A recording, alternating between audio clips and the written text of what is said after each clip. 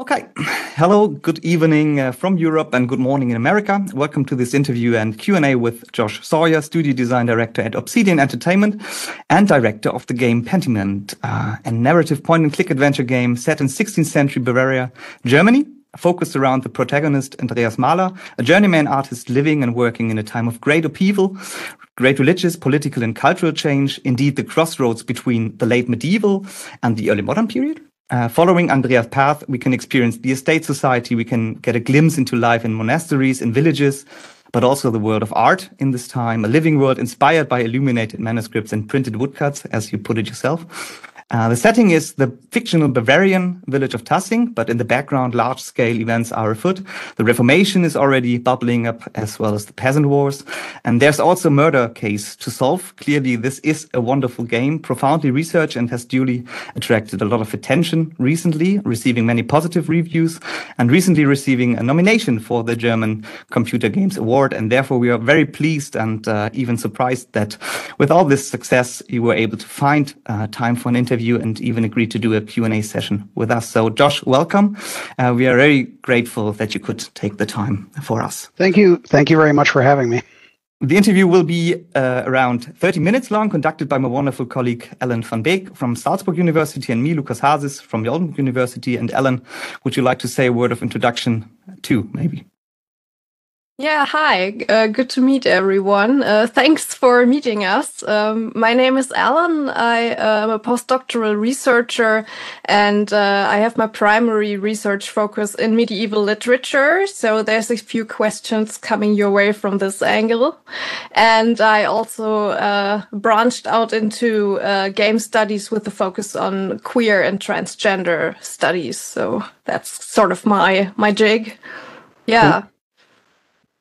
Yes, and I'm an early modernist postdoc researching and teaching about the early modern period, and we are representing the working group History in Digital Games, which is an important point of contact and mouthpiece for German, but also Swiss and Austrian historical game studies. And we have just recently published short interdisciplinary essays on Pentiment on our homepage. And Alan and I, together with our dear colleague Aurelia Brandenburg, are currently preparing the publication of an edited volume on the game. So that's the background. So now to the first question, finally. Let's start on a more general level and also clarify the question of why this game, but also you and your life story is of such interest to our German audience. The question is, where did the idea for this game come from? And does it have anything to do with your German ancestry? Or how else would you get the idea to develop a game about an artist in a village in 16th century Bavaria? Yeah, I think it's a lot of different things coming together. My father is an artist. He's retired now, but he was a bronze sculptor. And growing up, we had a lot of books on art history in the house that I would read. And so I became at least passingly familiar at a young age with Albrecht Dürer and Holbein and numerous other artists of the Northern Renaissance.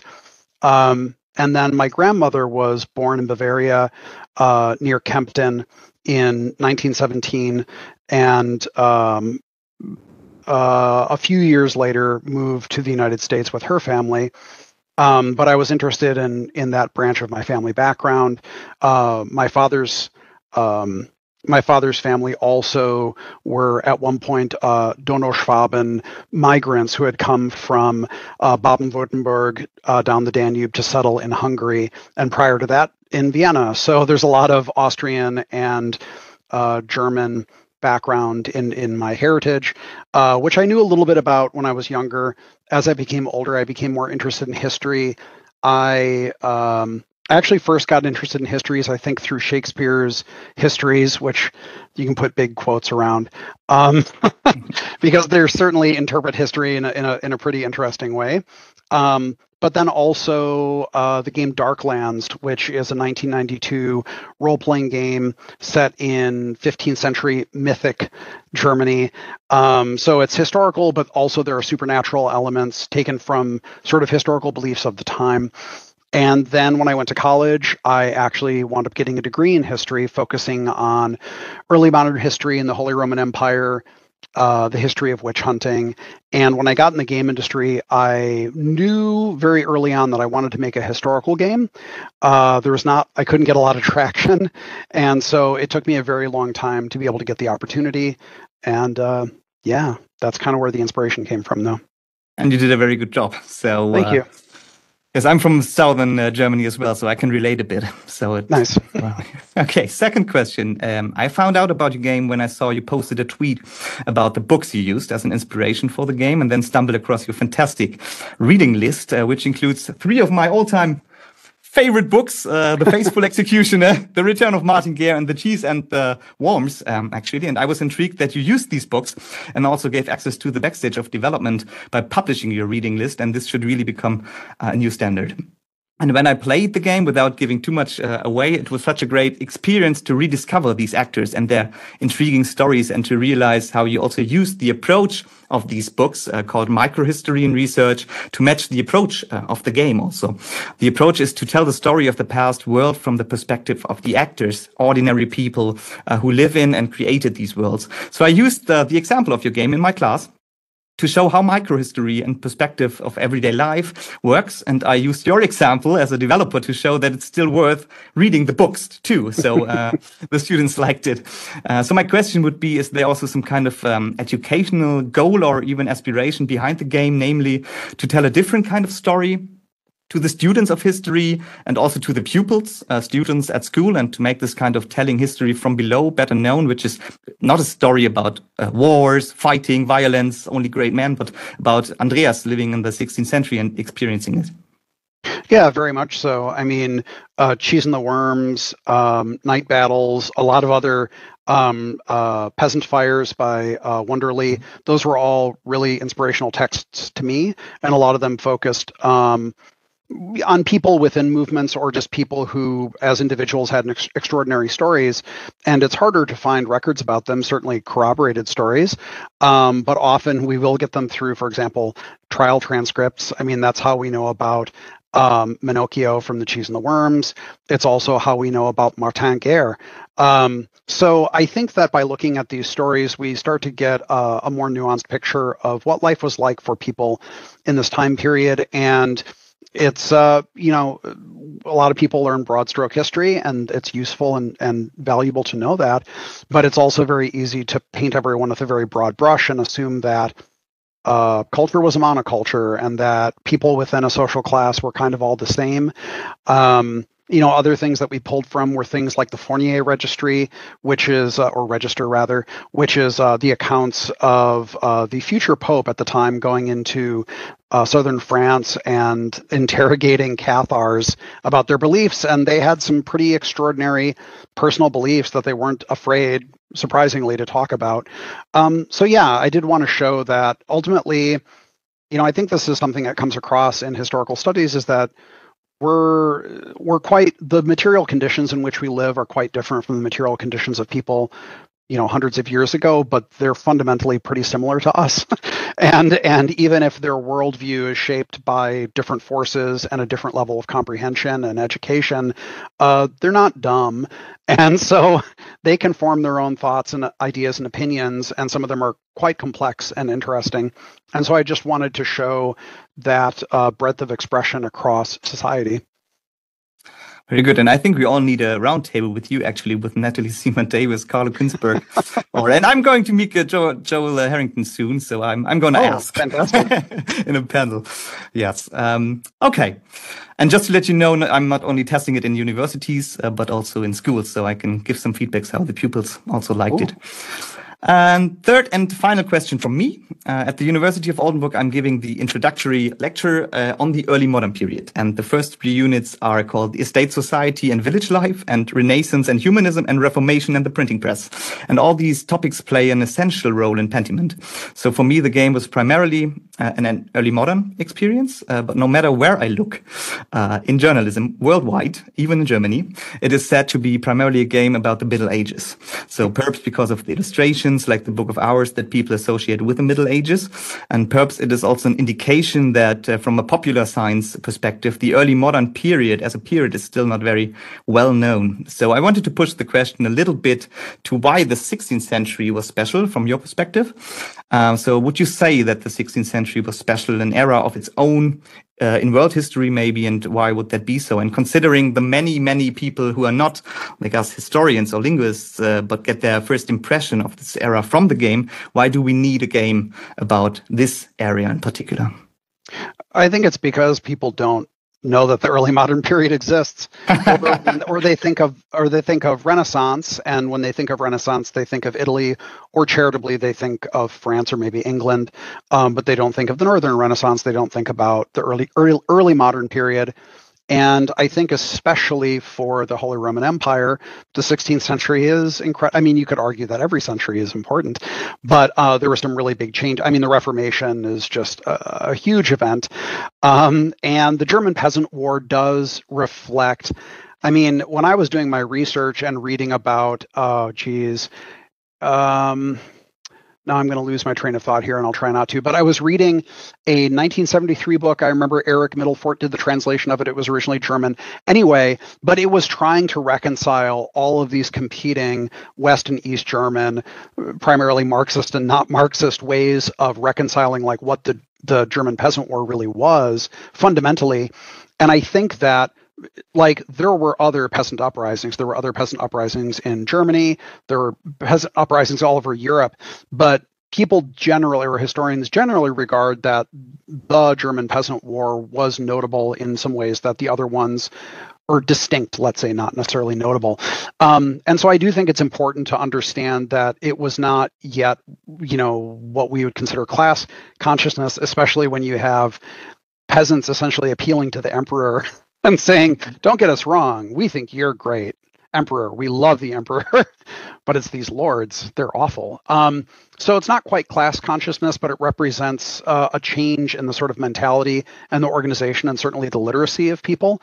So I tend to think of the 16th century as being particularly pivotal in the history of the region, certainly.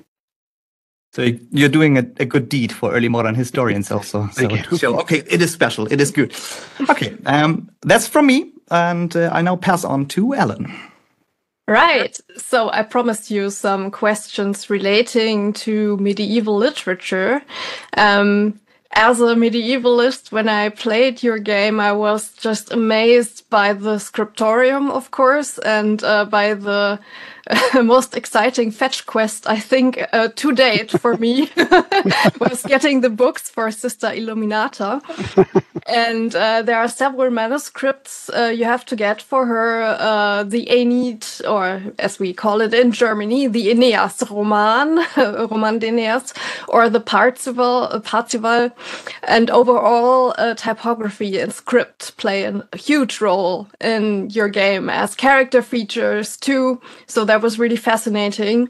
And my question is, what were your reference materials, say, for example, the Parzival manuscript? Did you look at some of the original codices, and if so, which ones? Yes, we did. I won't be able to recall off the top of my head which for each one, but we always used reference for everything.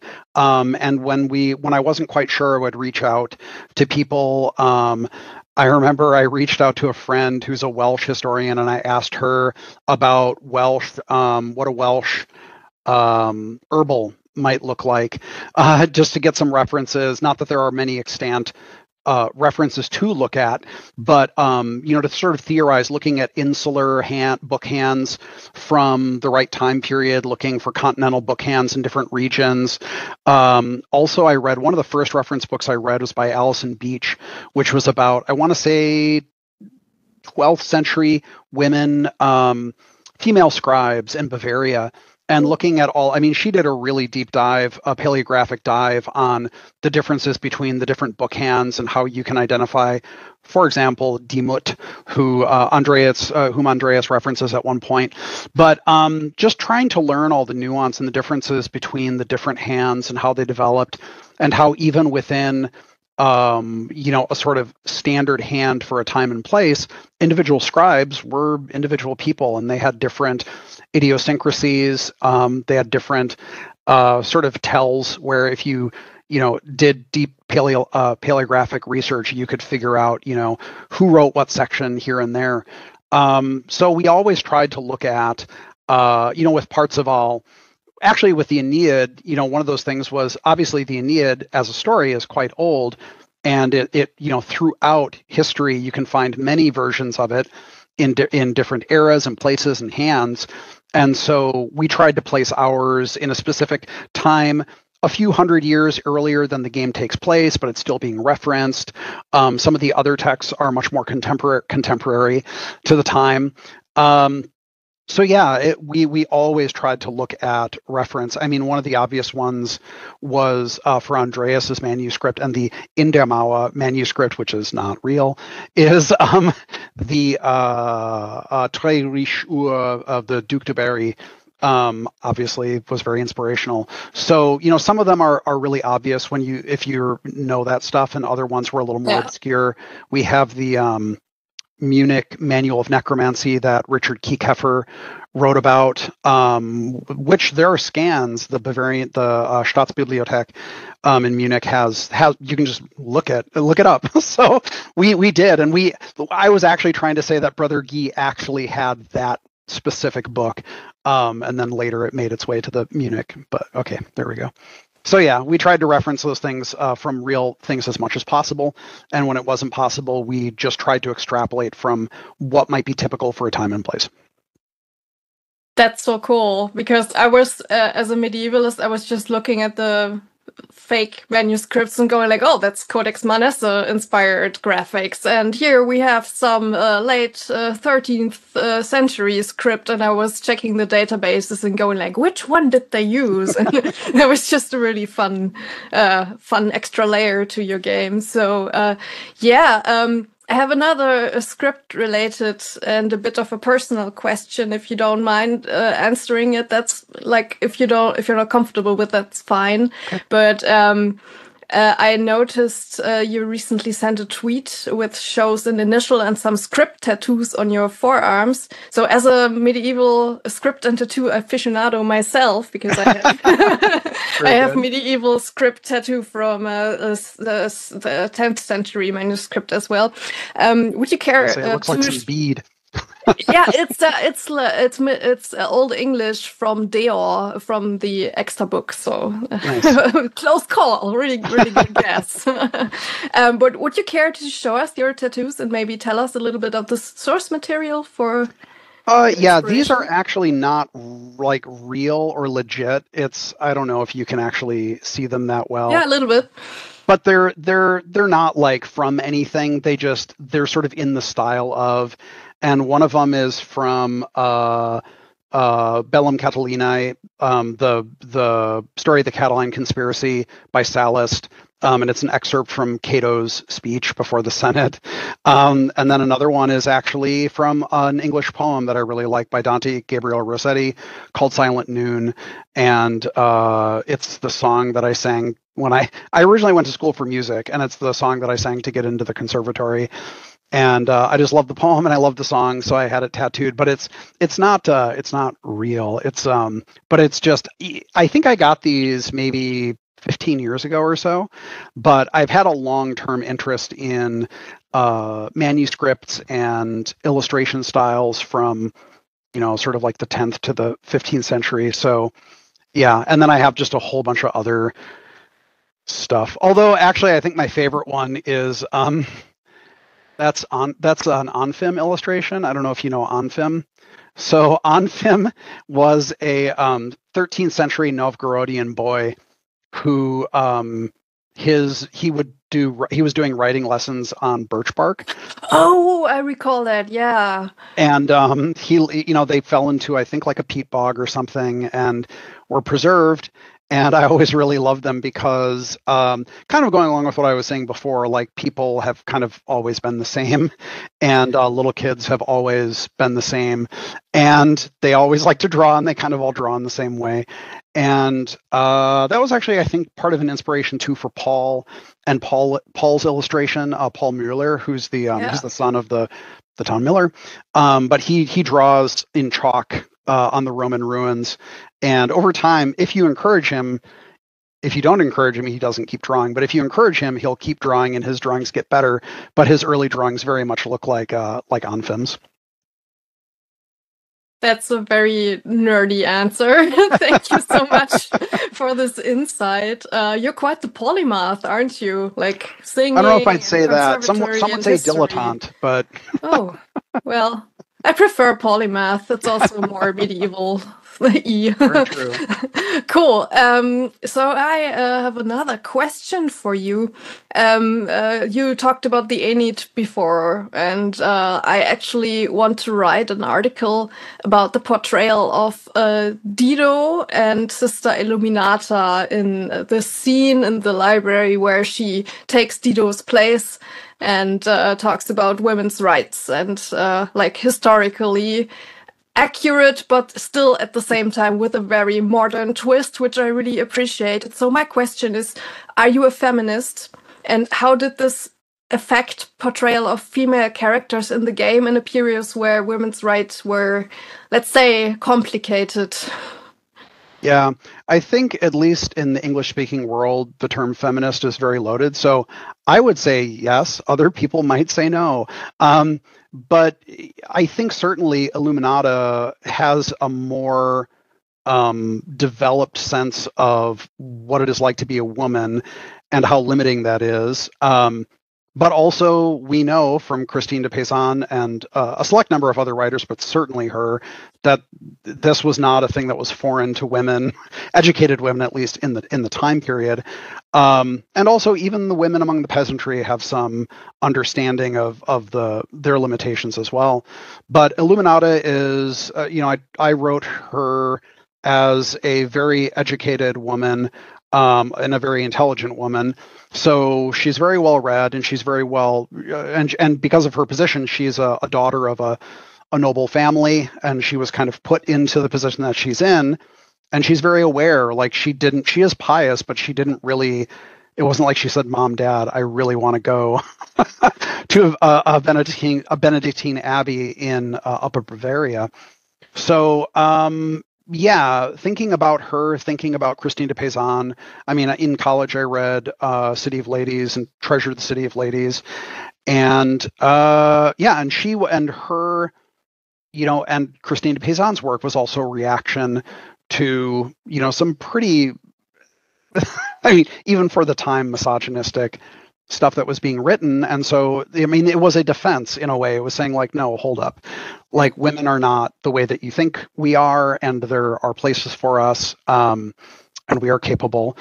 And it is also interesting to even look at something like, I think this is kind of going far afield, and I apologize, but like looking at, I was reading the Decameron, and Boccaccio's attitude towards women is interesting because in some ways you can say it is progressive compared to other people in the time, but also it's all couched in this sort of weird, in the same way, not quite the same way, where you'll have in Utopia where there's like another figure sort of speaking the ideas of more, but you have the women kind of saying, as I am a woman and very dumb, I should go find a man to take care of me.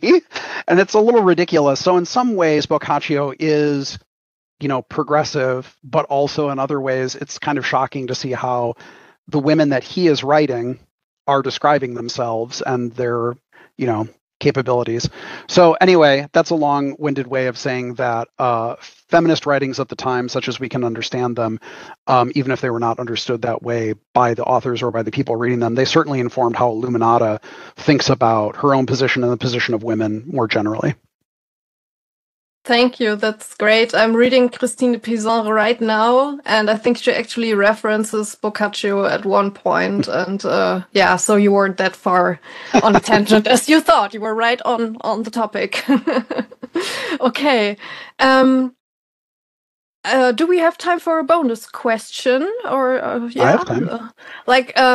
You mentioned your German ancestry, your interest in the south of Germany, and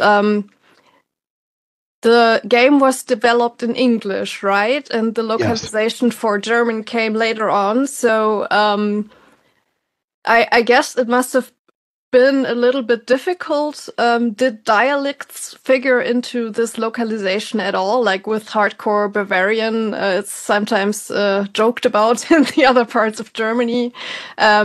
But all the characters speak Hochdeutsch mostly. So did that cross your mind at all to go even more complicated, or was it a no-brainer for you?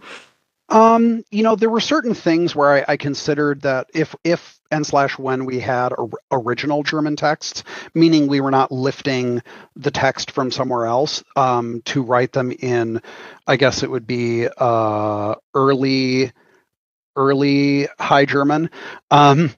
But we looked into it, and I don't know any, and it was very, very difficult to find anyone who was available and felt like they were comfortable doing it. So at a certain point, I resigned myself to all of our original stuff was going to be, all the original dialogue is written in English. And then I worked with the German localizers. I'm fluent, but I'm not a native speaker. So I tried to phrase things in ways that I thought would be, more consonant with translation into German phrasing. But ultimately, I left it to the localization team to understand the markets that they're working with best.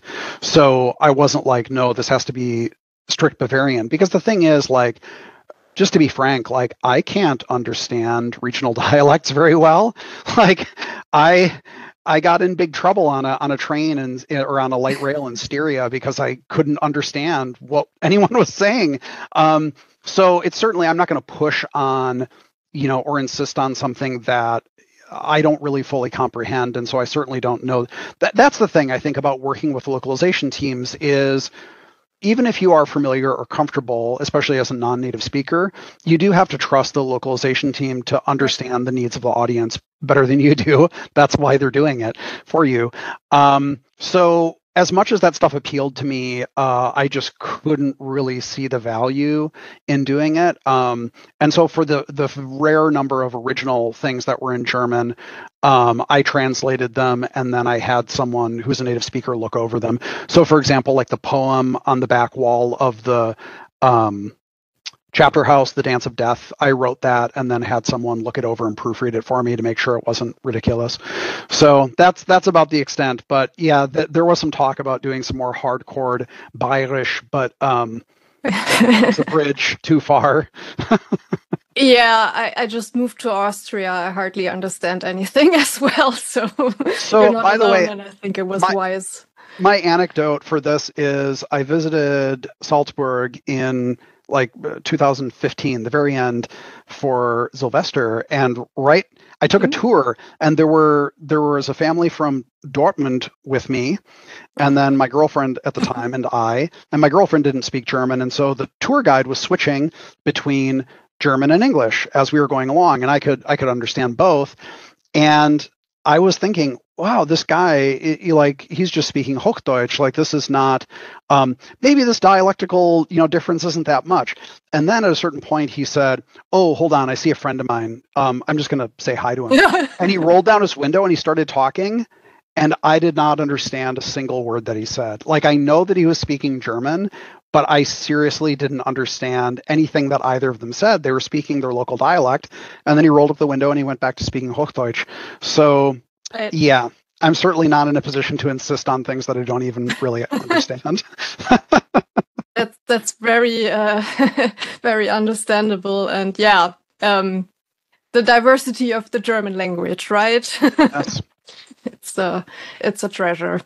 Okay, so the last question is a bit of a special question because we saw that you did a lot of interviews recently, which is cool, and we're all crossing our fingers for you that you maybe win an award or something, That'd be nice. Just adding to the press coverage here. But maybe you're also tired of answering the same questions over and over. Everybody asking you about your history degree or your inspiration for the game. So I want to give you the opportunity to ask yourself a question that you would like to be asked, that nobody ever thinks of asking you. Oh, geez. I think, yeah, let's see. Nobody has really asked much about what it was like working with Benjamin Vierling, who did, granted, I think in part because it's a little more obscure. So Benjamin Vierling is an artist in Northern California who developed the art for the album, the soundtrack, not the key art for the game, but the actual album art. And I first became aware of him through, I am a really big fan of the musician Joanna Newsom, and she had an album in 2006 come out called YS. And the cover is a portrait of her by Benjamin Vierling, and it's done in a Mischtechnik style that sort of supposes what the Northern Renaissance artists were working with in terms of egg tempera and oil. And so he tries to do things in a very sort of like traditional way. And so we approached him for doing this piece of art, which was maybe a little extravagant, but I don't care, because it turned out to be really great. But so he sent us sketches, and the sketches for a long time, they changed. There are tons of details. Like if you look at the artwork in like up close at high res, there's all sorts of tiny details, which much like Holbein's portraiture and a lot of portraiture of the Northern Renaissance, you see all these little esoteric things, some of which are easy to decipher if you know something about the history of the person, others of which, who can say? But he loaded a bunch of references to the game and the story that we worked together on. My cat is also in the background. He really wanted to put a cat in, and I said, well, if you're going to put a cat in, then put my cat in. But there's all sorts of symbols of like time or progress or of the people who are murdered, which are also reflected on the desk as you play the game as time progresses. But he made that painting over 19 months. That's how long it took him to make it. Wow. So that isn't constant work, but because of the drying required of each of the layers, Mischtechnik requires you put on a layer and then you wait for it to dry, which can be weeks or months, and then you go back and you put on more and put on more. And because the process was so long, we actually had him put a pentimento into the artwork. So in one of the layers of the underpainting, he painted in the Taurocni, the ritual sacrifice of the bull with Mithras, and then he covered it up with the seal of St. Luke. So you have the bull covering the bull, which we thought was very appropriate if you know That's the so story cool. of the game. But it's actually in the painting. So and by the way, we still don't have the painting yet because it's still drying. Like it was finished and he photographed it, but it's not ready to transport because it's still drying and he still needs to varnish it, and then it's going to take a few more weeks. But maybe by the end of June we'll have it. But it was a very interesting process working with someone in such traditional media, because I mean, my father worked in traditional media his whole life, and all the artists that I work with now work in digital media for the most part. So actually doing something in the truly old way was pretty extraordinary. Very retro, very cool. Where will the finished painting go then? We don't know, because it is a very expensive, like big painting. I think it's like 2 by 3 feet. So it's a significant, and I think it's on masonite. So you can't just kind of, not that you would just throw it around, but masonite is kind of notorious for potentially folding in half if you don't like transport it correctly. So we don't know. Like, we have a big office and there's plenty of places it could go, but it's a pretty special and unusual piece of art, so we need to think about it. It's got to have a place of honor somewhere. It does, because it's really, really beautiful. Cool. Thank you so much for sharing that. That's so interesting. Thank you. All right. I think that's it. Yeah, I think that's all the questions we have for you. Awesome. So thank you very much, Josh. And we are now looking forward to the questions from the Twitch stream also. And yes, thank you so much. Thank you so much. You're welcome. Thank you. So where does the fascination for medieval book illustrations come from? And let me ask one more question myself here about your team. Do they all share your enthusiasm for these sources? So I think my fascination and interest in it started when I was very young. My father is a bronze sculptor, and we had a lot of books about art history in our house. And I do remember one that had some work by Albrecht Dürer. And later, I think I started seeing paintings, especially portraiture by Hans Holbein the Younger.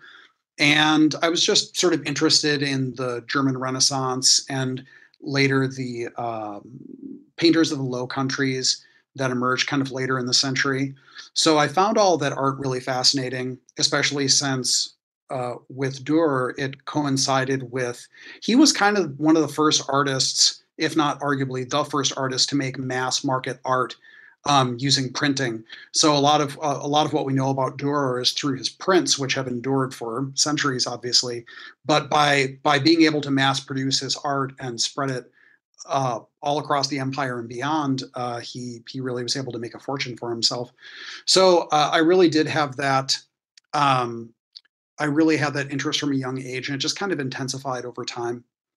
I'm sorry, there was a second part of the question that I immediately forgot. Only if your team, the enthusiasm. Oh, the team.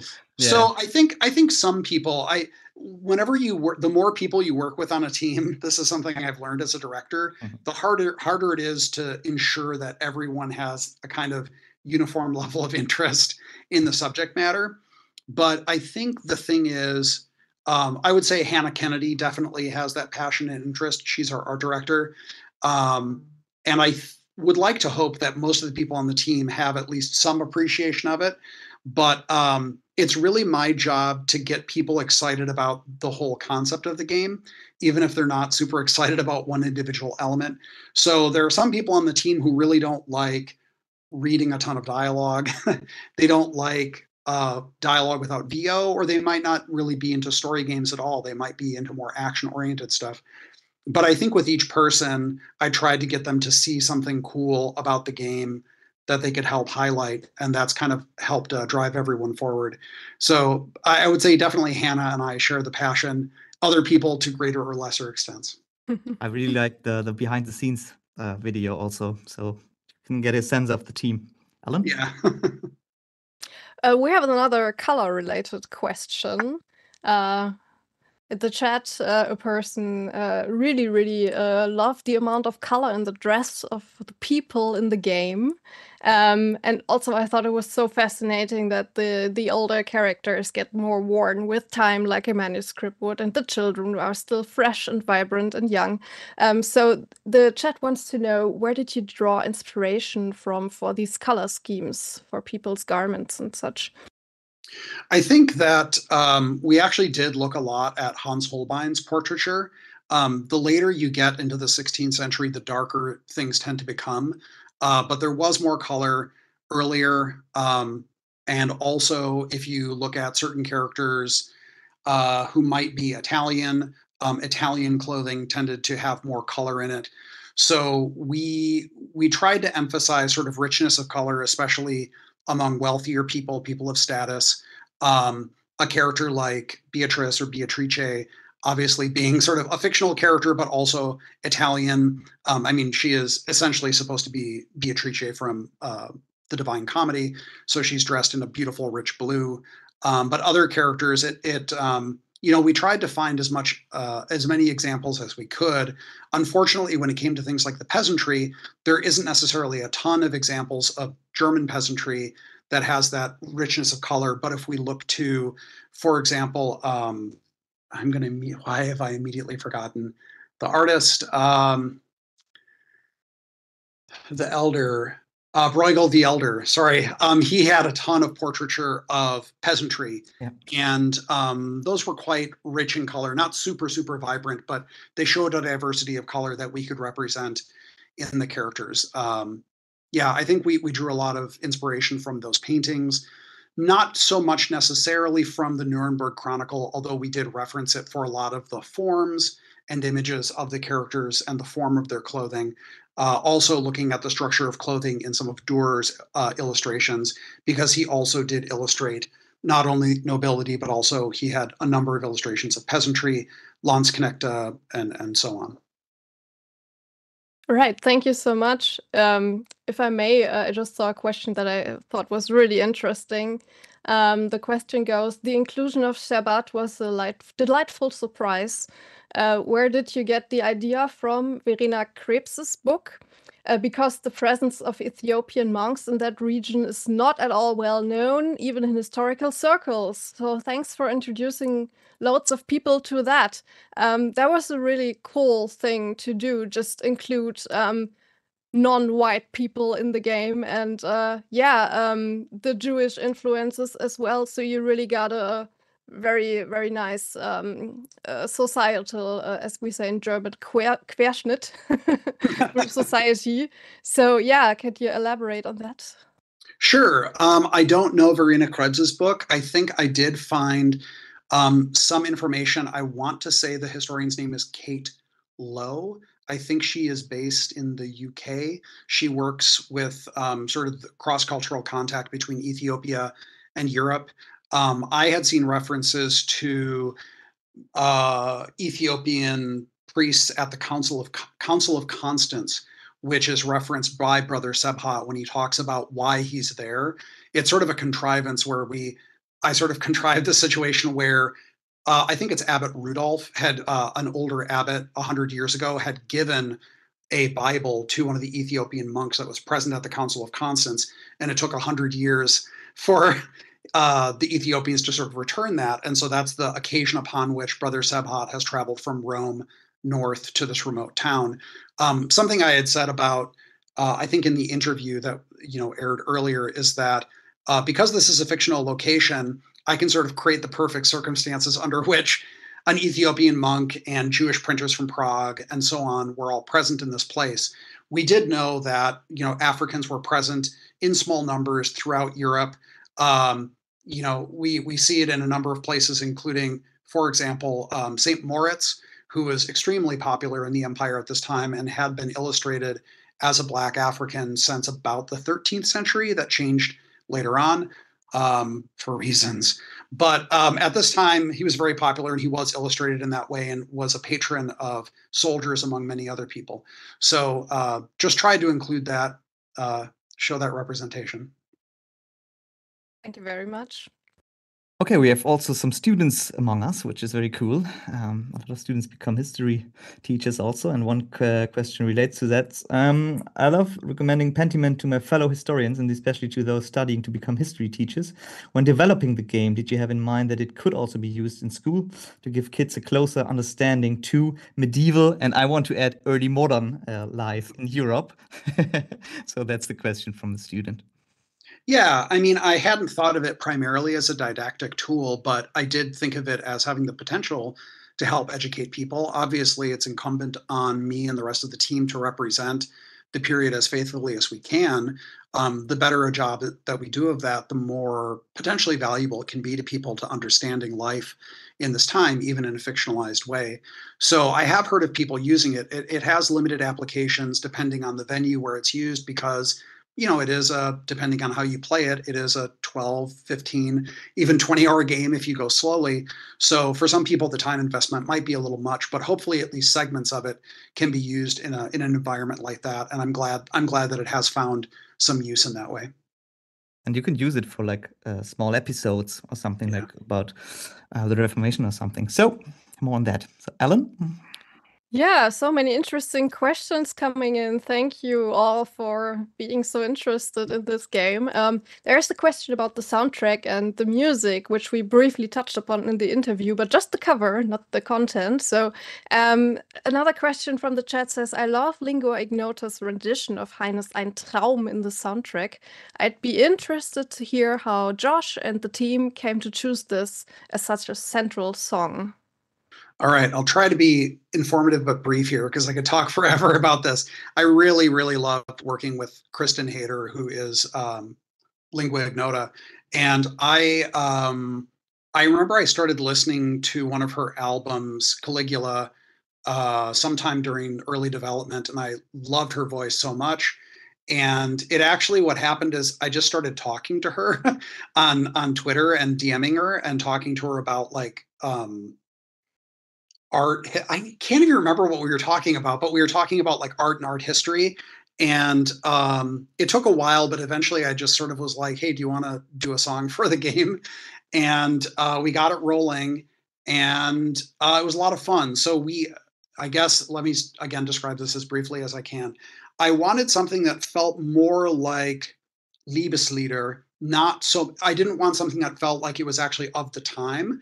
I wanted it to feel sort of separated from that, because the scene in which that song plays is supposed to be like later, like some other time. So I wanted it to feel sort of apart from that. And when I originally went to school for music, and I loved Lieder, and I loved singing Brahms and Schubert and all sorts of stuff like that. So when I was working with Kristen, she compiled a list of reference things. We narrowed it down. It really dove deep into that Liebeslieder sort of tradition. And I'd always loved that poem, the Heinrich Heine poem. And I felt that even though it was coming from, much later, there's a sentiment of it, this kind of, because at the time he was living in France somewhat as an exile, and it's kind of this mixed feelings about his homeland. And I thought it was especially appropriate for, the main characters and their relationship to home and what that means to them. So she went through a process. She recorded in her home, which was, I thought, pretty incredible. She recorded in her home with her recording engineer, and we went through 3 rounds of it. And when I sent it to the team, everyone was like really blown away by it. So that was a really fantastic process. I really loved working with her. From the music to the everyday life, a question about that, because I also loved the bread and everything on the table, all the food. And the question is, I loved how elements of everyday life like sleeping and eating were integrated into the gameplay. What influenced your decision to add these elements, which is an everyday life perspective also? Yeah, I think this almost in a way has to do with kind of micro history, in the sense that, a lot of the broad strokes of history often are big events and like big things by big people. And the closer you get to sort of the ground and the everyday life of people, the more nuance you start to see about the realities of life. And I thought that by focusing on how people slept, where they slept, how they ate, the amounts of food that they ate and the type of food that they ate, there was something that we could sort of communicate about life, even if we're not explicitly being talked about. And, we also wanted to structure the day in a way that felt like, you had certain things that you had to do or were obligated to do, or that you just needed to do as a human being. So you need to sleep, you need to eat. Also kind of forcing you to eat with all these different people in the community gave you a lot of different perspectives on what you were doing, their view of things, also how they live and how they eat.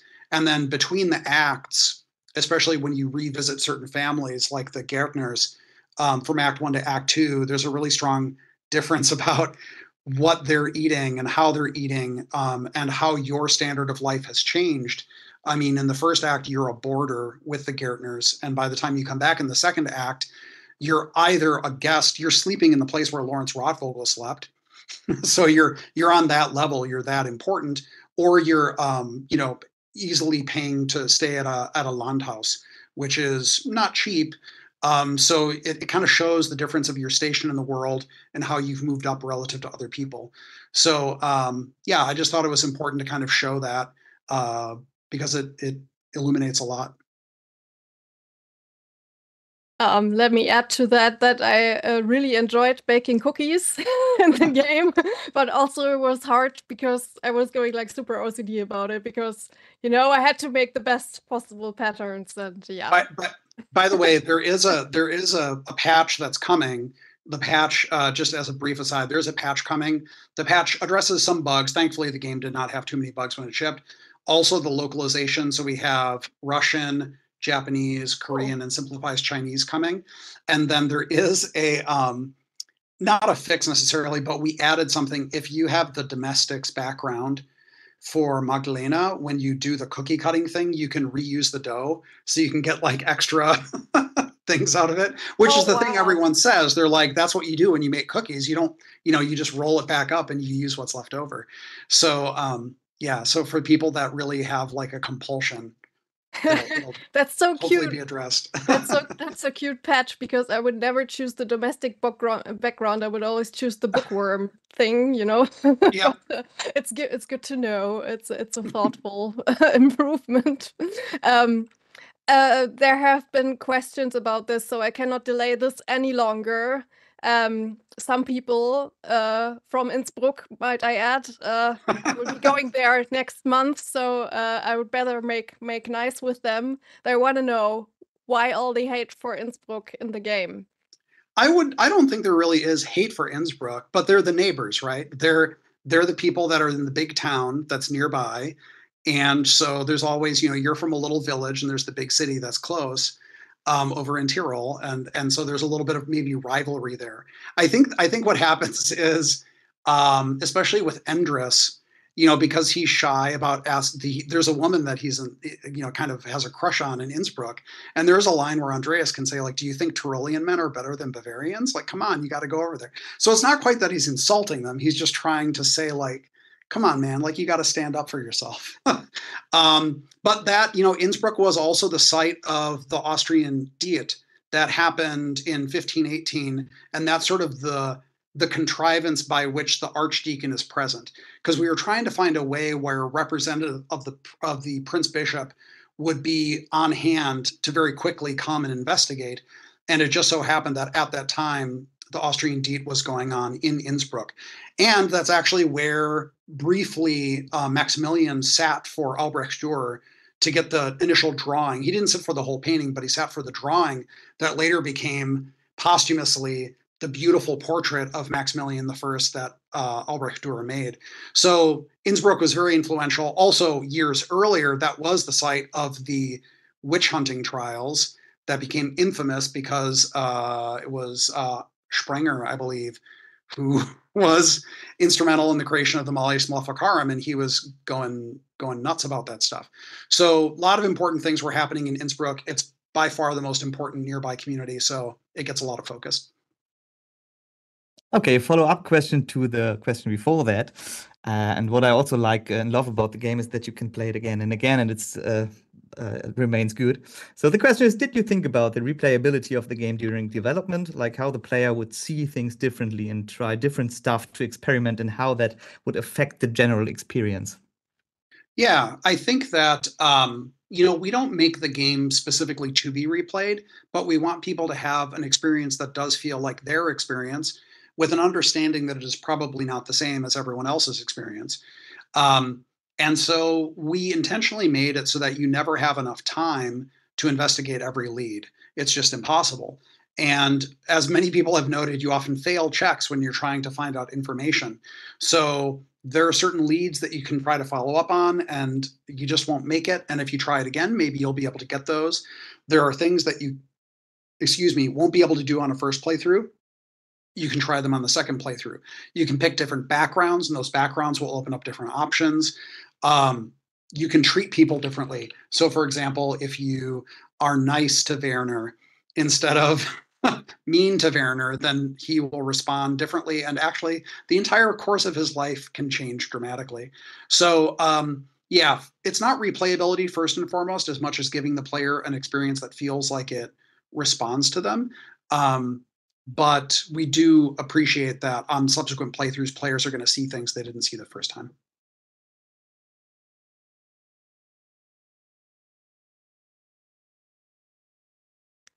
All right, thank you. I would definitely replay that if if I choose a different background this time. Who knows what I might do? Maybe this time I'll choose to learn medieval Latin, because I couldn't read some books then. It was like that during my PhD as well. So yeah, right. So Lucas, do you want? Yeah, before we come to the last question, Yeah. the last question, we have to do something for our technical support today, Vlad Cotuna. Thank you so much, Vlad. And Vlad's question was, or rather a question to you, if you could say anything in German. And my question would be, have you played the game in German as well? So would there be any favorite word of yours or something? Oh, mein Lieblingswort. Ja, ich habe das Spiel auf Deutsch gespielt, und es ist einfacher für mich, weil ich das Spiel gemacht habe. Und ja, ich bin fließend, aber kein Muttersprachler. Und Ich weiß nicht, wenn ich ein Lieblingsteil habe, aber ich habe gehört, dass die Übersetzung sehr gut ist und dass ein paar bayerische Phrasen oder Wörter um, were sort of included. Sorry, I wasn't sure how to finish it off. I botched it at the end. That's as good as I can do. Sorry. That was wonderful. Thank you so much. Very professional. Yeah. So, Alan. All right. So I would just briefly acknowledge the Fallout people that have shown up in the chat, but rest assured, I think Josh knows that we want another Fallout. But we also would like to have another Pentiment. And here's my final question for you. We are all interested in this. How does the story continue with Rebecca and Magdalene at the end? And will there be a Pentiment 2? Yeah, the thing is, when I decided I wanted to direct Pentiment, I wanted it to be a sort of standalone story that worked just on its own. And so I hadn't really thought about how it would be continued, although I have thought if we were to make, not that we ever considered really making DLC, but I thought it would be great to have a DLC that was Brother Matthew and, geez, why am I think I'm jet lagged. Brother Matthew and Brother Rudiger. Oh my God, I'm tripping this so hard. Sort of like having like a little murder mystery adventure of their own, where they after the end of Act 2, they go off somewhere and they solve some mysteries together. I think that would be a great spin-off. But I've also seen a lot of people do like little illustrations and probably even fan fiction about Esther and Magdalena in Prague. So other people are free to continue the story on their own. Oh my, yes. I just taught a seminar on fan fiction, and believe me, they will. So thank you for that. I think that's also a very nice way to end this Q&A session. So, Josh, thank you so much. Thank you very much for answering our questions, for your time, for your openness. And we thank you for this great game that does a lot of things differently and right. And also to your team at Obsidian. And good luck this week, of course, in Berlin and in future endeavors, which we look forward to. And as moderators today, we'd like to thank also Vlad Cotuna for the technical support. Very, very good work. And everyone who attended today's session and asked questions. And would like to point out that you are all welcome to join our History in Digital Game Working Group. Just contact us via Twitter, via Twitch, or via email. And now I can only say, have a great evening, everyone. And just have a great time in Berlin. And good luck. Thank you.